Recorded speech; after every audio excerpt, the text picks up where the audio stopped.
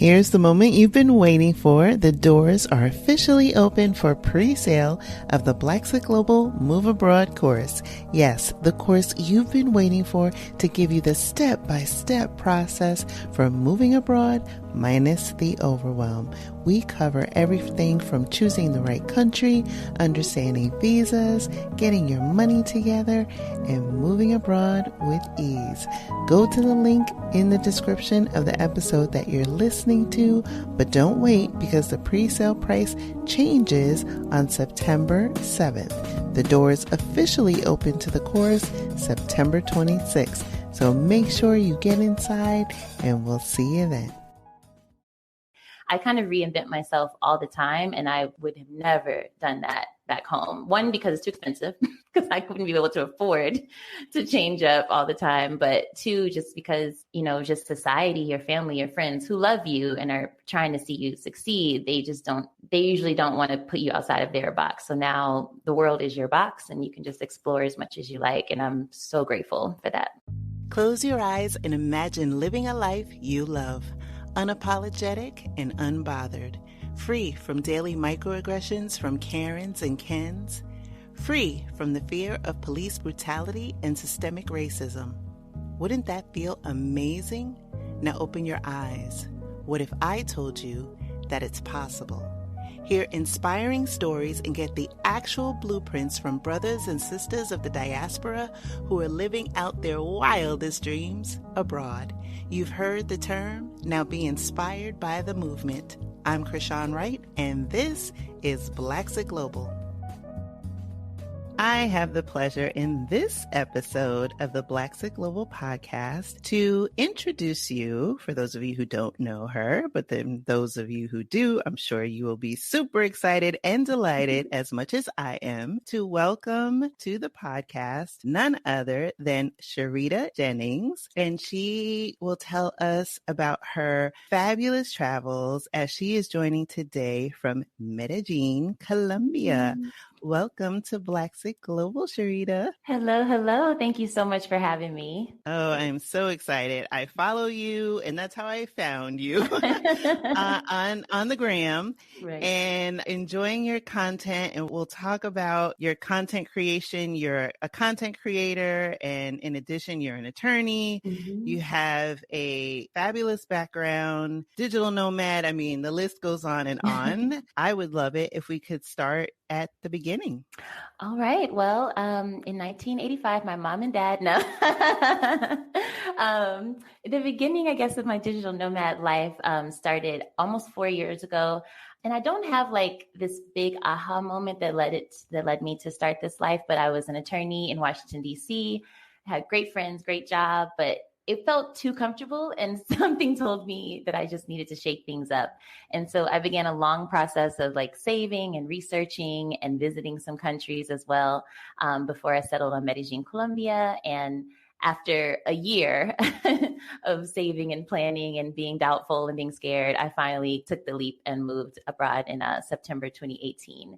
And I did kind of like the big chop in the digital nomad world. Like I quit my job, because back then, pre-pandemic, it was kind of hard to work remotely as an attorney, and my job was like, hell no. So I decided to save a lot and turn my side hustle into my income, which was a fitness coach at the time. So yeah, I took a lot of leaps in that one big leap, but I'm so grateful that I did. And probably like a lot of your guests, my plan was to leave for about 6 months and come back. And I haven't really come back to America since. So it's been quite the ride, and I've learned so much, and I'm very excited to share everything with you and your audience. But it has been quite the ride, and I'm excited to be back in Colombia. It's been full circle now, almost 4 years later. Wow. Okay. So there's a lot to unpack there. Yeah. Very big. So 6 months turned into 4 years, a round trip to Medellin. So you are originally from Virginia. Yeah, I'm from Richmond, Virginia. Mm-hmm. So when you were growing up in Virginia and, you were like, hey, I had this career, I got rid of it, I started traveling the world, and you talk about a lot of the emotions that come along with that. Mm-hmm. Growing up in Virginia, were you from a traveling family? Where did that come from? I think it was kind of ingrained in me, but as I was growing up, I didn't know anyone traveling. But my parents were in the military, so they actually met in California. They lived in Hawaii, they lived in Turkey, and they lived in Spain, which is actually where I was born. So like in my mom and dad's homes, there are all these like artifacts and souvenirs from all over the world, even though they did it in a really quick time, like about 4 years. They kind of saw the world and came back home to raise me. But I was always kind of jealous of that. But other than that, I never really saw anybody go too far out of the country, maybe the Bahamas. Pretty much no one in my close vicinity was traveling very far away. I did get a little taste in college. I did do study abroad.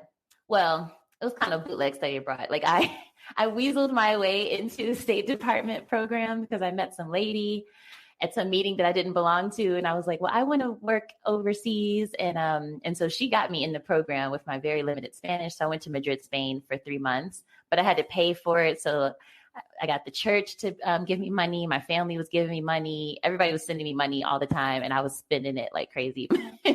So it wasn't official study abroad, but I did live abroad once in college. So that did kind of give me the idea that I enjoyed that. But if you asked me then if I was going to live abroad long term, I probably would have said no. So yeah, I think what really kind of sent me over the edge was in 2017. I had a good friend of mine who was working with me at Booz Allen Hamilton. And I want to say the company because it's one of those jobs that you're like, oh, I got me a big name job at a big company.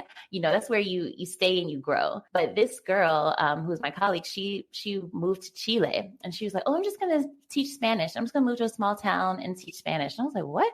Like, I was so confused. I never really heard of that besides people going out for the Peace Corps. And so I went to visit her in 2017. And most of that trip I was solo because she was working. So it was kind of my first solo trip. And I was like, oh, I can do this. Like I was making friends. I was getting around just by myself. And on that same trip, I got stranded in Panama City on my way home. And I actually worked remotely just by chance. I had my computer and I was out of vacation. I was like, hey, can I work? Because my plane, I can't get home. And they're like, sure, just, attend the meetings, turn in your work, whatever. And so that was my first taste of working abroad and traveling alone. I was like, I kind of like this. And I still have to say, I'd never heard of digital nomads. I didn't know how it was going to work, but I knew then that I was like, okay, I think I want to do something that gets me abroad. And so the only way I knew to do it was save up all my money and just move for a while on savings because I wasn't a techie. I thought my options were pretty limited. So at the time I was like, okay, I'm just going to save like crazy and just move abroad. So it still took me an entire year. I really like to repeat that because I wasn't one of those people who decided on Monday and left on Tuesday. So, but yeah, all of those little things kind of sparked it in me. So what was that year like for you from the time that you were like, you know what, I got a taste. I think I could do this, don't have a name or a language for what this is, but it feels like this is something that I would love to do. So what is that year like? I know you talked about savings, but within that, there's a lot of steps like figuring out where you're going to go, how much to save for. And also a big thing outside of that is, right, family and friends who either will be like, hell yeah, girl, get it, or what? Right. I want to say it was a tumultuous year. Anyone who I think I started speaking it out loud, like at the beginning of 2018 or a little bit before that. And people were like, okay, like I would say it to my friends, young people are at least like, okay. They had a lot of questions, which was always every question that someone asked me gave me more doubt because they're like, well, what about your job? What are you going to do about this? What about your clothes? What about your apartment? And I'm just like, calm down. Like they were worried way more than me. But it really affected me. I think it's what took me so long to take the leap because I felt like until I could answer every one of those questions, I couldn't leave. And I do want to tell the listeners that that's not true. And it's probably best to just ignore those people or tell them, hey, I really appreciate your questions, but please let me work through it and I'm going to make it happen. But anyway, so that year was a lot of like telling people, getting a lot of questions, getting a lot of doubt. But some of my big steps were I did a lot of research. So I think my biggest tool of research was YouTube. So I just started looking up Black female solo travelers. And I started finding a lot of people speaking highly of Medellin. And there were a few other countries on the list, but I knew I wanted to go to a Spanish speaking country. And Europe was a little hard because of the visa is only 90 days. So Medellin just started standing out, and I actually just found a few YouTubers that I loved because they were just showing their days, and it was just like, okay, if this girl can do it, she doesn't spend that much money. It doesn't look dangerous. It looks really pretty. She's got friends, like all of these things, seeing it in action made it seem a lot more plausible. And then at the same time, while I was a lawyer full-time, I had a part-time business or side hustle as a fitness coach. And so I started ramping that business up, and I actually hired a business coach. And she really, really helped me out. Like, okay, you need a plan. You keep talking about moving abroad. You don't have a date. You don't know where you're going. You like these places, but you haven't picked anything. You haven't moved a thing out of your apartment. She was like, okay, we got a lot of work. So we did some numbers. We said, okay, this is how much it might cost you in these cities that you like. So this is how much you need to save. And then for your business, if this is going to be the thing that's keeping you alive, then we need to ramp up your business and make sure that, you're going to have income coming in and stuff like that. And she made me book my flight like 6 months in advance, just so I could have that deadline, because otherwise I wasn't going to go anywhere. So I booked that flight, and I picked a date at which I would quit my job. So everything was on the calendar. So it was like, okay, this is the day I'm going to resign. And this is the day I'm going to move out of my apartment and go to my mom's house and bring all my stuff. And it started becoming much more real when she became a part of it. Like when someone was like, boom, boom, boom, because that is not in my nature normally. And with all the emotions swirling around, it was really hard to make those decisions alone. So that was the game changer. And that is Kiara from Ambition Studio. Shout her out. Please follow her. But yeah, so that really changed the game. And then after that, it was just, okay, I got to take these steps. And I did visit Medellin because I hadn't lived abroad officially before. So I visited. I tell people you don't really need to do that, but I did do it because I was freaking out. And I loved it. So it only solidified my decision. That is interesting. So lots to unpack. And I'm glad you shouted out your business coach, because that was going to be my question.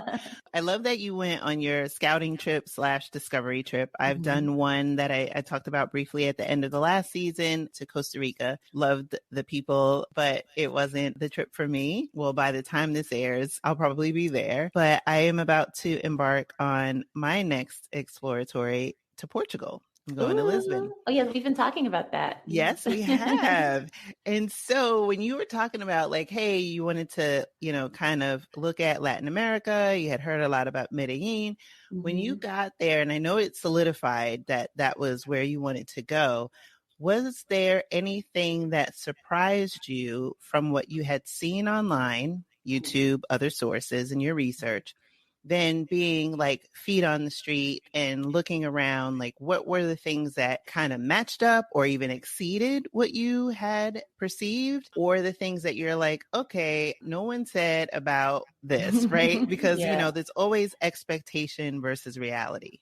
I mean, the whole thing was a surprise to me, even though I had done my research and I was watching the YouTube videos, still stepping foot in Colombia. I visited Cartagena and Medellin, and I'm just stepping foot in those cities. I was like, wow, it's just, I'm so glad I went without letting the story stop me from going, because so my family, they're older than me, obviously. So they know Colombia, in the news. I didn't really know too much. I heard it was dangerous, but I hadn't seen it on the news. And now living here, I know why they were so worried, because everything that was horrible in Colombia and really dangerous was pretty recent. It was early 2000s, 90s. So I was like, okay, I see why y'all mad, why y'all were scared, but it's not here anymore, or it's in the outskirts. So once I got to Medellin, I was like, wow, it's super clean here. It's very modern. It's a proper city. I think I thought it would be small buildings and kind of a little more rural, but it's a proper city with traffic and big, huge, luxurious malls, and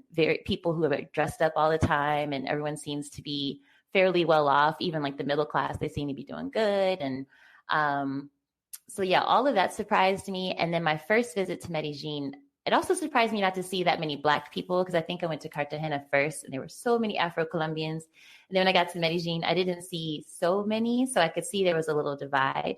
But that seems to be changing. I see a lot more Afro-Colombians, they're at my gym, they're just mixing and mingling in Medellin. And I didn't really see that the first time. But so that was something that threw me off a little bit, but it was fine. But the best pleasant surprise was the African-American expat community in Medellin. And I can't remember how I was schooled to this, but I found them on Facebook, and it was like Black expats in Colombia.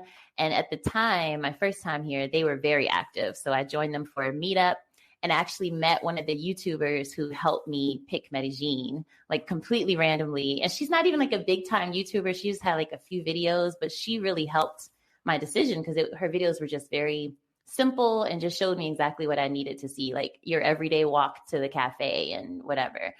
And I met her at the very first dinner, and I was like, "Oh my God, I know you!" Like it felt like I was meeting a celebrity.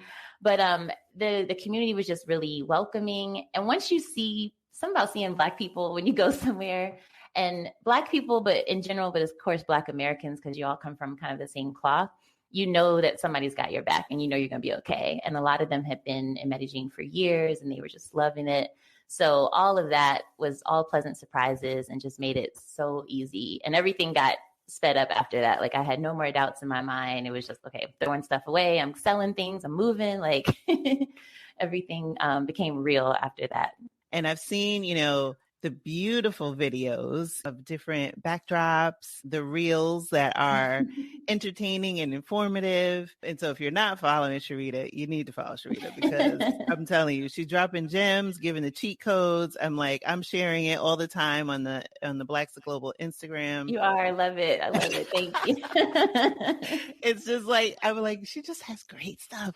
And so you really leaned into being this content creator, and you're an amazing dancer, by the way. I think I love those the most. God, I'm like, you. she is getting down. Like, what can't Sharita do? Ow.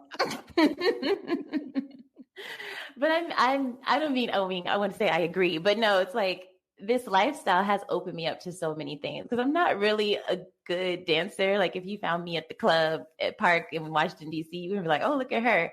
But like salsa has come into my life by moving to Medellin, and I've met so many people that way. And I've kind of just really let down a lot of walls and just been a lot more open because you're in a whole new place, a new language, everything's brand new. So it's like, why not try this other thing? Because it's all new. So what the hell?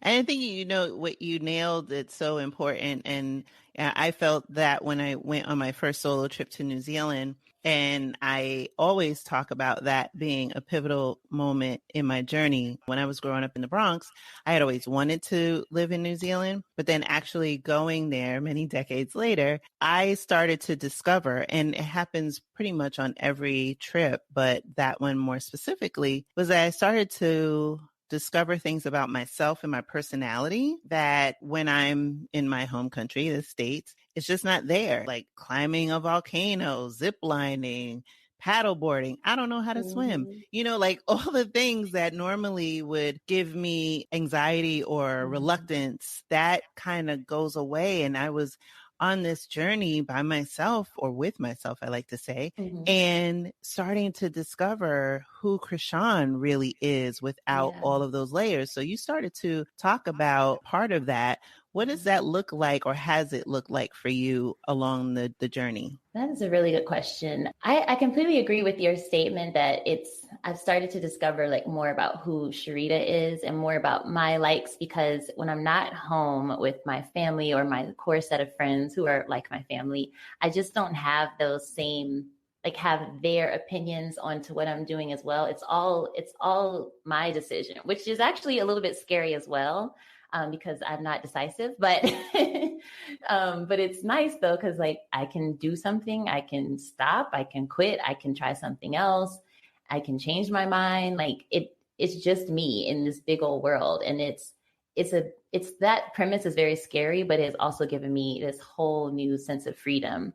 And so I try all sorts of new things because I'm so far out of my comfort zone that I don't even know what comfort is anymore. So it's like, why not just try these other things? So I guess specifically it's turned into like, going salsa dancing like a ridiculous amount of time, like just becoming like a salsera, if you will, and just being a part of like this international salsa community.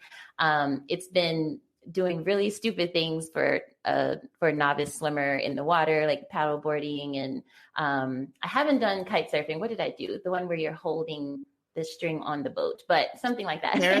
Parasailing? Is it that one? But more extreme. It'll come to me. But okay. water skiing. There we go. Okay. Yeah. Things I should not be doing because just not the safest swimmer, but I know it's going to be all right. Trying out different languages. Like I started learning a little bit of Portuguese while I was in Portugal, dating way outside my race, which for me, before I moved abroad, I don't think I had dated a non-Black person. So that's different. And then just kind of not being afraid to just fail. And, you know, some things work, some things don't work, and not letting that be the end of your life, which I think back home in my former life was a very big deal. It was like, I have to stick to my career and I have to do well because I have to, like, just because the world told me to. I felt like there were a lot of limitations and expectations that were programmed on me when I was home in the States that now are long gone. So, you know, I was a fitness coach and I stopped, and I probably would have never stopped if I was home, because you're not allowed to quit anything. Like, and I've quit several jobs since then, which I'm proud to say, like, they served me, and then I was ready to move on. And I've been completely unemployed. I've been, you know, just a side hustler. Now I'm a freelancer. Like, I kind of reinvent myself all the time. And I would have never done that back home. One, because it's too expensive, because I wouldn't be able to afford to change up all the time. But two, just because, you know, just society, your family, your friends who love you and are trying to see you succeed, they usually don't want to put you outside of their box. So now the world is your box and you can just explore as much as you like. And I'm so grateful for that. So is that freedom what allowed you to double down really on being a content creator? Because a lot of people that go abroad, you know, they want to document their travels and things that they're seeing and doing. But you kind of have, I wouldn't say a formula, but you've definitely leaned into like that level of consistency, the quality and things like that, the information. So much so that, shameless plug, Sharita and I are both featured in an InStyle magazine feature last month, along with the wonderful Marquita Harris, who I had the pleasure of talking to on YouTube as she embarked on her journey with Live for Free on Airbnb. I will link that article in the show notes for this episode, but you've really doubled down on the content creation. And like you said, you get the chance and the freedom to try on different hats. So like, how is that, you know, coming together for you, or feeling like, hey, you know what, this is something I enjoy and I'm good at, and to keep going? So the content creation has definitely been evolving. And I know from the beginning that I was getting a lot of questions like, well, I want to do the same thing, but I don't know how. And you don't know until you live this life, even for just a few months, how easy it is. I don't like the word easy, but it is easy. Like, it's simple. Like, once you figure out that source of income, you find the place where you can thrive financially, and socially, of course, then you're kind of set. And it's just it just doesn't seem like this impossible thing anymore once you try it. So, because to me, I'm like, okay, I see so many people in this digital nomad space who are making it work and have made it work for years, that I want to share it with people who still think it's impossible. So I try to share the information because I'm like, this is how I did it. And one post that I feel like I've redone multiple times is like, how do you make friends and find community? Because I'm always around people and doing things in groups. And they're like, didn't you go there by yourself? And it was like one weekend, I look like I've been there for months, and I do have a formula for it, and it is very simple. And, you know, so because those things now seem very simple to me, but I realize that someone who's still in Richmond, Virginia, who doesn't even just see that this is an option, I just want to make everyone aware that this is an option for you and you can do it. And here's how. And if you still don't believe me, then call me, because I'll help you step by step like my coach did. So that's wonderful. So I want to circle back on one thing, because as I mentioned, I'm getting ready to embark on my scouting trip. And as I started this podcast in 2020, oh my gosh. wow. And now, well, by the time this airs, we'll be in April, and a quarter of the way through 2022 already. And my Blaxit is in 2023. And so part of, you know, the journey and what it looked like as a single woman with 2 adult children. Wow. Mama's going to want to get out there and start dating. Yes, as she should. I know I put a pin in it because I was like, I gotta take care of my babies. But once that's done, I think, the guardrails are coming off. So Yes. you talked about dating in different countries. Is it the same in terms of, well, people are people, or is it different? Maybe not so much in terms of platforms or just dealing with people from obviously different backgrounds. And so you're not maybe pulling from the same well of knowledge. Let me know what you think about that. It has been very interesting. It's been very fun. I guess it is very different because I country hop, so I live places for about 6 months at a time. So I'm dealing with a different culture, maybe 2 or 3 times in a year. And so typically, I can't say this 100% of the time, but typically what that means in my dating life is I can't be like, okay, all these men are the same, because I'm in a whole new part of the world. So I kind of have to go in with an open mind, which you should be doing anyway, but we don't. But I have to go in with more of an open mind because everything's just different. Like communication styles can be different. Expectations can be different. In Colombia, sorry for the Colombian followers, but I think everybody knows, I don't think monogamy is like the thing here. Like you can find it, but it's the exception. And I remember my first Uber ride in Medellin, the driver was teaching me like words for side chick and all this stuff. Like it's just so normal. Oh, Medellin is not my dating place.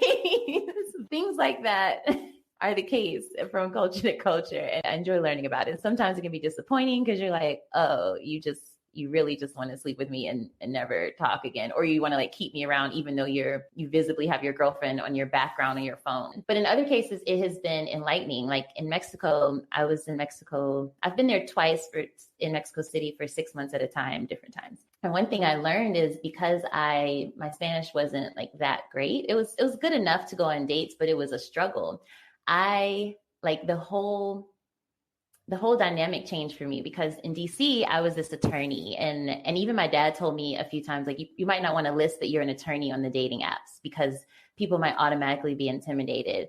And I was an attorney and I was working basically a second full-time job with my fitness business. And I would have guys tell me like, oh, you're too busy. I'm like, well, you didn't set a time or date. So anyway, I would have those limitations going for me sometimes in DC. And here, it didn't matter. Like I was still maybe an attorney when I met these guys, but on that date, I'm depending on them because the language barrier was so rough. So it was me like learning a lot. I couldn't be like the uber smart woman who like knows everything and has an answer to everything or a quick response. I became a better listener because I literally had to listen in Spanish to like have a good conversation. And so I learned a lot about myself through like the uncomfortable moments in dating abroad. And if people were probably listening, like, what, you were dating like only in Spanish? And I was, because that is one of the best teachers of a language. I would still date Americans, but in Mexico City, I was usually dating Mexicans. And it was great. Like my Spanish got better and the guys, they had to show their patient side too. So I was pulling out like the best sides of both of us because of this like language barrier and us having to like work through it. So it could be really fun. Sometimes it could be frustrating, but usually it was just really fun. And yeah, so I think Medellin has been like the worst place dating. And a lot of women here agree, Black women, unfortunately, because they already got Black women. We're not like exotic and, like some in Mexico, for instance, like one of our advantages is that there's not a lot of Black women. So you stand out and like you're losing that when you come to a place where there are people from the diaspora. And I don't know. It's fine here. People are very nice, but it's never been a great dating place. But like in Lisbon, there's people from all over the place, which was cool. Like they were maybe Americans, maybe they were Portuguese, maybe they were African, maybe they were Italian. So if you go to like these big metropolitan cities, you can kind of get a whole taste of the world, if you will. And yeah, it's been different and fun and just a big ball of lessons. So I'm impressed that you were actually dating and speaking Spanish and forcing yourself to speak Spanish, right? Yeah. To up your game. I think I would be heavily dependent and reliant on Google Translate. So yeah. Big ups to you for getting it done. Yeah. And shout out to that Uber driver that gave you the low. I don't know. Okay. That's the one tip. If I don't share anything, Uber drivers, okay, of course you got to be careful, but Uber drivers have all the information. Like I asked them where to eat. I asked them about dating. I asked them just everything because they know the city. They have given me all the best recommendations. I've only had one or two like creepy drivers, and that happens in the world. Yeah. But yeah, Uber drivers are clutch. So so I want to know like the cultural norms. I want to know everything. So, and we always end up talking about food, dating, and I don't know, and maybe like politics if I have like a long Uber ride. So So now that you're back in Medellin, you are practicing, I believe, again. Yeah, I just So did you see that on the blueprint and the plan? Like, how did that happen? No. So this is one of the things. I was doing virtual fitness pre-pandemic, which is really unfortunate. So I thought I was going to be like I forgot her name, but one of those famous Peloton instructors. And I was just going to have my little plans or like Kayla Itzines, whatever her name is, and have my little app. And it just wasn't working that way. And then when the pandemic did come and it was my time to shine, I was like, I don't know. I got like the pandemic depression and I just wasn't with it. During the pandemic, I was like, okay, I think I'm ready to earn more money again. So I spent several months applying for remote attorney jobs and I did land like a really great job. But I actually left that job at the end of last year. But now I'm taking another huge leap and I'm only doing freelance practice because every job I've had has been time zone specific.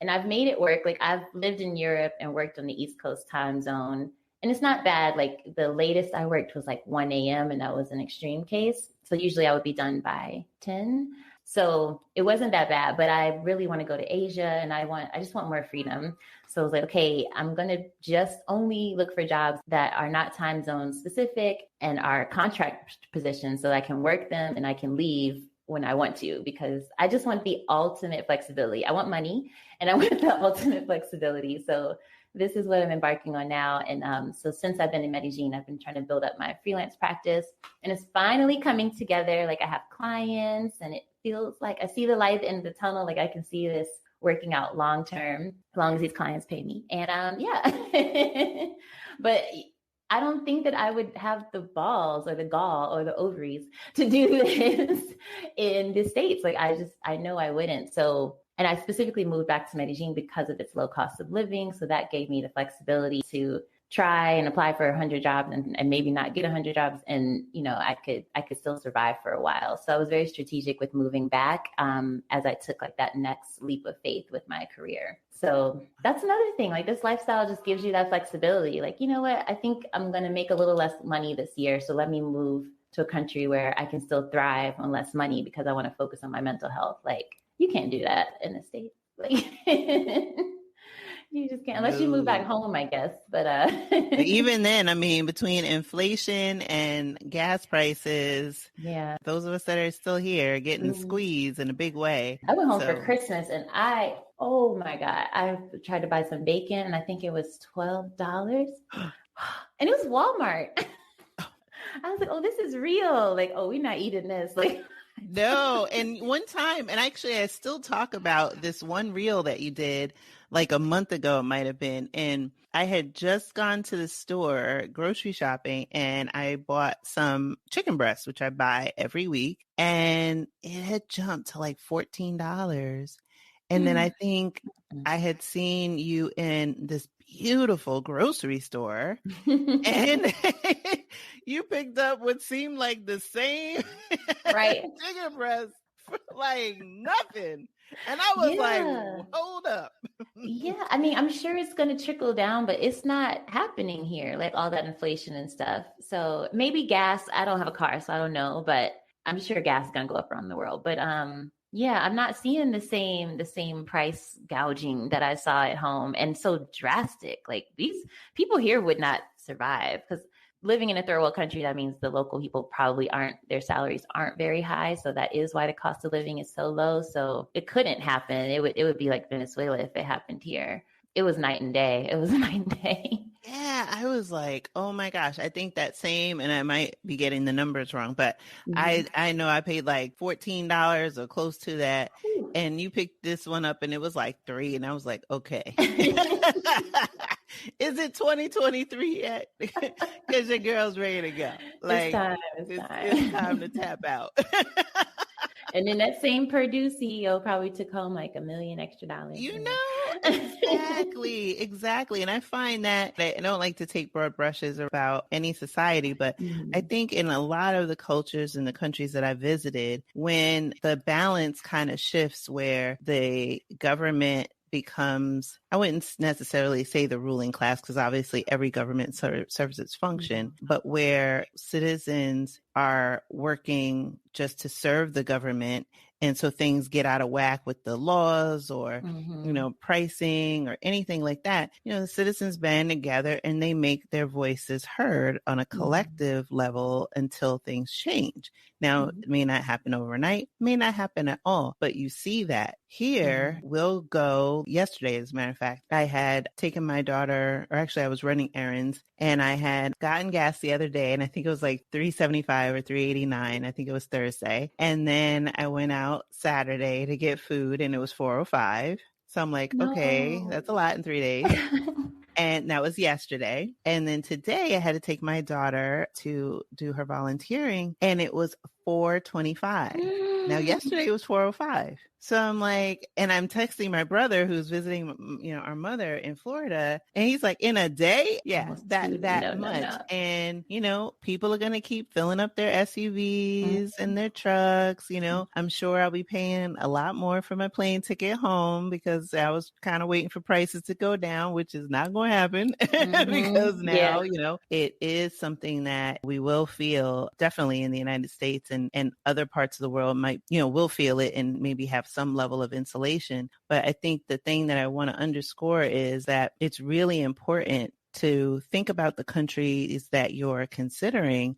And then also, to the extent that you can, things related to where they are in the geopolitical landscape, because it could have consequences that you'll encounter, which, we're seeing that play out on a day-to-day basis between what's going on with Ukraine and Russia. So Sharita, as you start to now embark on this new part of your journey with now freelance contract, attorney work and legal work and content creation, what do you think is next for you? Because I know you talked about being more of a 6-month stint and then another country, but I know, Medellin has always been on your heart. Do you see yourself staying there, or do you see other countries on the horizon?